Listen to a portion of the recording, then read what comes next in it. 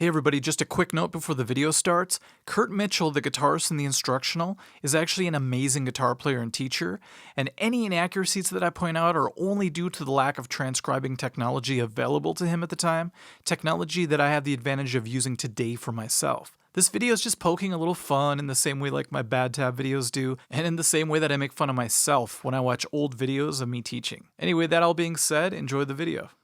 Hey everybody, it's Mike here from The Art of Guitar. If you know my channel, you know that I've covered Nirvana quite a bit in the past. I did a Kurt Cobain's guitar techniques video, as well as some bad tab videos for certain Nirvana tablature books. So when my friend Bob sent me a link to this vintage retro 90s Nirvana instructional video, it intrigued me right off the bat to see that it was being taught by someone who looked like they were more of a hair metal guitar player. And that's funny to me because back in the day, I remember when hair metal and grunge were colliding and grunge ended up winning over for a long period of time. And hair metal kind of disappeared because grunge came and took over. So I thought this is really interesting that it's being taught by someone who looks like a hair metal guitar player. And I just wondered what he had to say about all this stuff. He wasn't a very good guitarist. The guitar player's name is Kurt Mitchell, and he's actually a really great guitar player, and he seems like a really great guy as well. I just thought this video that he made was very amusing because most of the time throughout the video, he doesn't look like he wants to be there. And I thought that had something to do with, you know, the clash between grunge and hair metal like I talked about. And I watched his other videos where he taught Metallica and Randy Rhoads and a whole bunch of other guitar players, and they were really great videos. But this one in particular, he looks bummed out, almost like he's just doing it for the money, or maybe the producer just forced him to do it or something. I'm not really sure. So I thought I would walk you guys through the video with me. I'm not going to play the whole thing, but I'm just going to play the parts that amused me the most or were the most interesting. Let's just start it off, and I'll talk as we go. Here we go.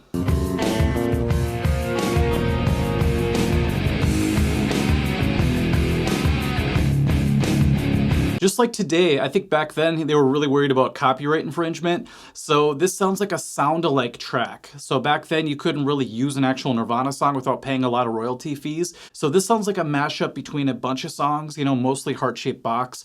But I know this song probably didn't exist yet, but there's a little bit of like Kryptonite by Three Doors Down in there, at least in my opinion. Hi, I'm Kurt Mitchell. Welcome to the Nirvana tape. We have a lot. So the first thing that strikes me when I see this is the background. It has that glamour shots thing going on. You know, it looks like they just pulled the curtain across with the glamour shots print on it. But I can't rip on it too much because some of my earliest videos, I have the exact same pattern. It's really weird. We thought it looked really professional back then. It just looks kind of like a cloudy sky. There's a few tunings in this tape. There's one riff that's tuned standard. We're not going to get into that. And there's a few riffs that are tuned a whole step. Okay, that made me nervous when he said that when I first heard this, because Smells Like Teen Spirit and a lot of songs, big songs by Nirvana, are actually standard tuning. And he just said that there's one song or one riff that's in standard, but we're not going to worry about that. So it made me wonder what they were going to actually do. But for the most part, what happens with this particular tape is that we're tuned 1/2 step down from standard pitch. Okay, so here's what we're going to do. I'm going to give you an open A, open fifth string. You tune your A or open fifth string to mine. Check the tape, make sure we're in tune, and then we'll proceed. Or if you have a tuner, the better idea is to tune yourself 1/2 step down with your tuner, okay? Here we go, let's tune up.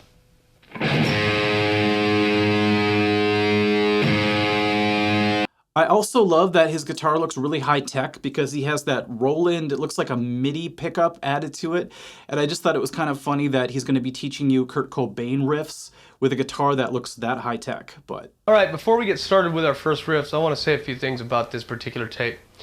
This guy, Kurt Cobain, I got really nervous when he started rubbing his chin. He's like, I got something I got to say before we start. This guy, Kurt Cobain. And I thought he was going to just rip on the guy because of what I talked about, the clash between the two styles. And he'll say in a little bit that he was in a band, actually, that was more of a hair metal project that just kind of got looked over because grunge made it big. So I thought he was getting ready to go on a tirade and just tear into Kurt Cobain. But let's keep listening. He used pretty cheap stuff that you can get pretty much anywhere. He used to play a Fender Jaguar.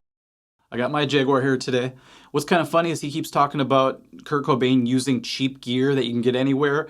That might have been true back then, but as soon as Kurt Cobain made it famous, now you're going to be paying a large amount of money for that same gear today. It's kind of weird how that worked out. He wasn't a very good guitarist. What he was... Okay, right when he said that, I kind of braced myself. I'm like, okay, now he's going to kick into his bitter rant about Kurt Cobain, but then I heard this. Was a great songwriter, okay, and he used the guitar to convey his songs and get his words out, and he used the guitar as a tool to get the songs done. You know, he wasn't Eddie Van Halen, he wasn't trying to be, and didn't care. Of all the Seattle guys that came out of this whole era, which crushed what I was doing when I put my album out, I was with a band called Bangalore Choir, and we were doing that corporate rock thing, and my hair was all puffed out, and I was really cool looking, right, and makeup and all that crap. And I like how honest he's being. He's actually being self-deprecating, like, oh, we had big hair and makeup and all that crap, you know. But yeah, this really made me like Kurt Mitchell way more, because I'm like, you know what? He's being down to earth. He might be a little bitter because of what happened in the past, but he's being really honest here and respectful. Now, he's not extremely unique, this guy. Kurt wasn't. He's got a lot of influences that I hear. A lot of the Beatles in him. A lot of, there's some Police in him. And there's some Black Sabbath in there. I'm not sure if I would have went with the Police and Black Sabbath when I was trying to talk about possible Nirvana influences. I could see the Beatles for sure, but I don't know about the other two. It's too bad he's gone. Really too bad he's gone, because it was a stupid thing to do. And it's a shame, because there was a lot more songs in him, you can just tell. So yeah, overall, I just thought that was a really cool introduction to the video. And let's get to the riffs now. There are some funny mistakes, you know. They didn't have the technology back then to really transcribe things 100%. But just like my bad tab books, I want to cover some of that stuff. And then also talk about other things that happen throughout the video that are kind of amusing to me. Okay, riff number 1.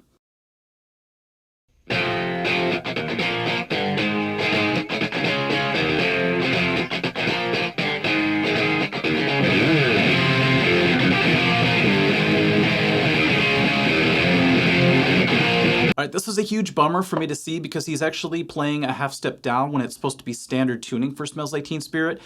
That forces him to play anything that's supposed to be here, let's say, 1 fret higher to compensate for that. So he's actually on the wrong frets the entire time, but because he's tuned down half a step, it sounds right. It also makes him play things a little more difficult than the real version. So he has to play this 4th fret power chord instead of just hitting open strings. So here's what Kurt Mitchell's doing.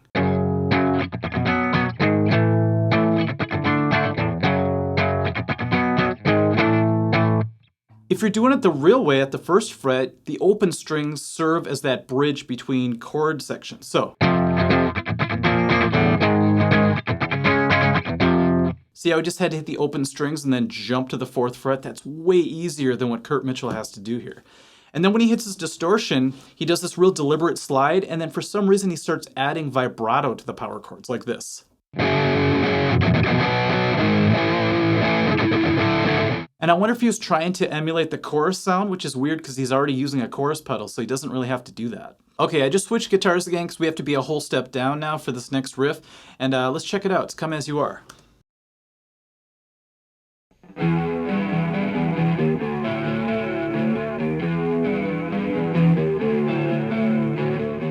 It's funny because he plays it exactly how I used to play it. So it's weird, he doesn't include the pickup notes in the beginning, he goes right to the 2nd fret.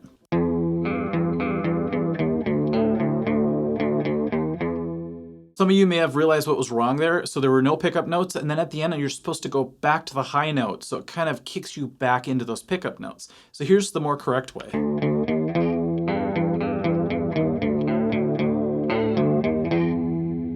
It's kind of cool, that feeling of when you hit the high note, how it brings you right back to those pickup notes, and then you just make it like circular feeling. It's great.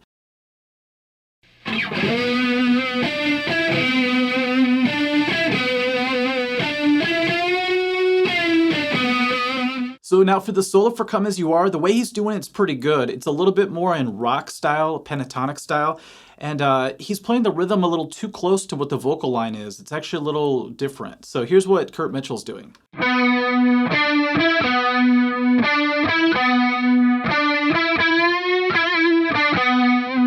But the real version's on 1 string, and then you're supposed to make a lot more noise when you do that bend. It's a little more gritty, a little more punk rock.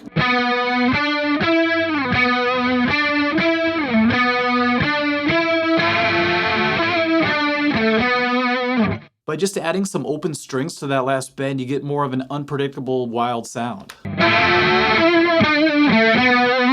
Instead of having it more straightforward like the video shows. These next couple of riffs are tuned up to standard pitch, okay?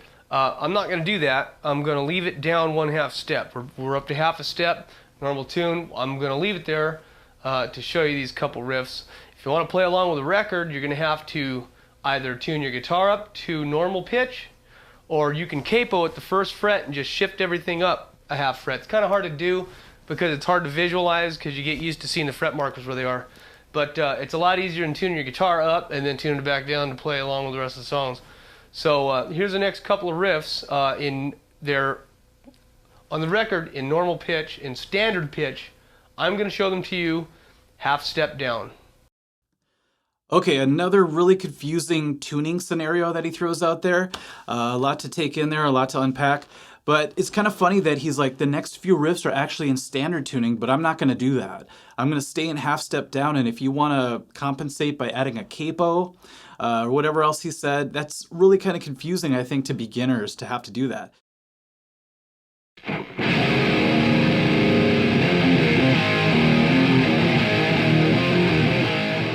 All right, so now this is the riff to Breed, and typically it's played with power chords, and you do this really cool pull-off and bend at the end, but he's teaching it more like a hair metal rock type guitar player would play it, a little bit more of those inverted fifth shapes. So you have the barred version of it like this.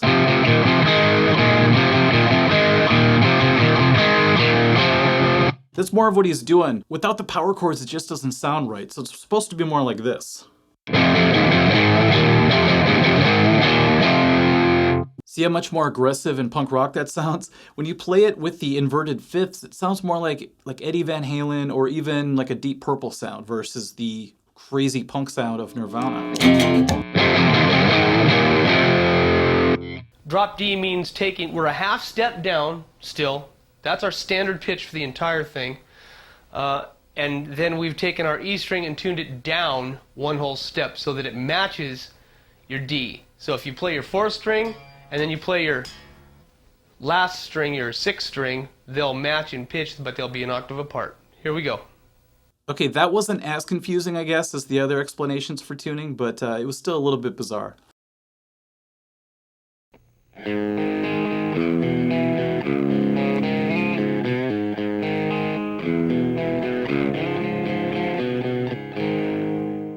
Okay, now we're doing Heart-Shaped Box, and if you remember to the beginning of the video when they had that sound-alike track, they were playing a song that had a little bit of this in it. And something really interesting happens the way he's teaching it here. He's going like this.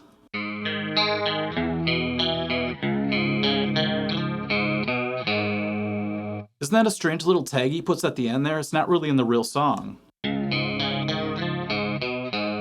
What I think happened was when he made that sound-alike track, he got so used to doing that because he wanted to change it up, that he possibly accidentally put it in the actual lesson for the Nirvana song. That's just my theory, but either way, it sounds cool. It's just not in the real song. We're bringing our drop D pitch back to E, but we're still a 1/2 step down, okay? 1/2 step down, E, string, normal tuning, our D's no longer dropped, or our E's no longer dropped, we're back up to E. First riff's clean, next one's distorted, okay? Here's the next set of riffs. Okay, so another kind of confusing tuning explanation, but I can kind of understand what he was talking about. Now, when he teaches the chorus part for the song Dumb, he actually does something really cool here. This video is not all about what he got wrong, but there are a lot of cool things that he did as well. So you go from E, he adds the cello part on the guitar, which I thought was really clever because, you know, how often do you have a cello player sit next to you jamming with you? So if you could just add those few notes to it, it combines the chords and connects them in a great way.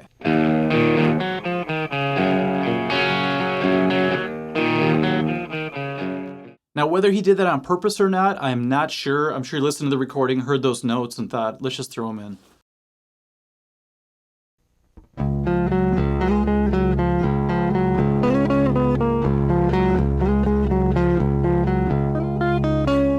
So he's teaching all apologies now, and there's kind of a huge issue with this because he's going from the open string, and then he's, let's see. It's funny, he's constantly talking about tuning, and I completely forgot to drop D there. Okay, so he's going like this.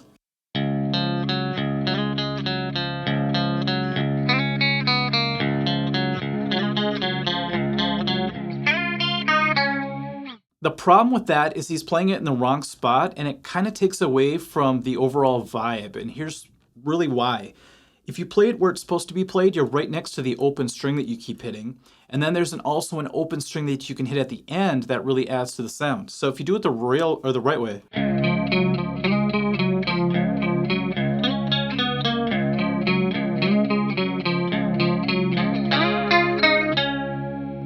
Did you hear how much thicker that sounded, especially at the end when it went? Instead of... It's just too skinny sounding, you know, without that open D string. It's really hard to add the open D string when you're doing it where Kurt Mitchell teaches because you have to have the G strings in between it. So if you do it up here, it's right next to it, real easy to hit. Okay, let's go to the end. He does sort of another dialogue about Kurt Cobain I found very interesting, so let's check it out.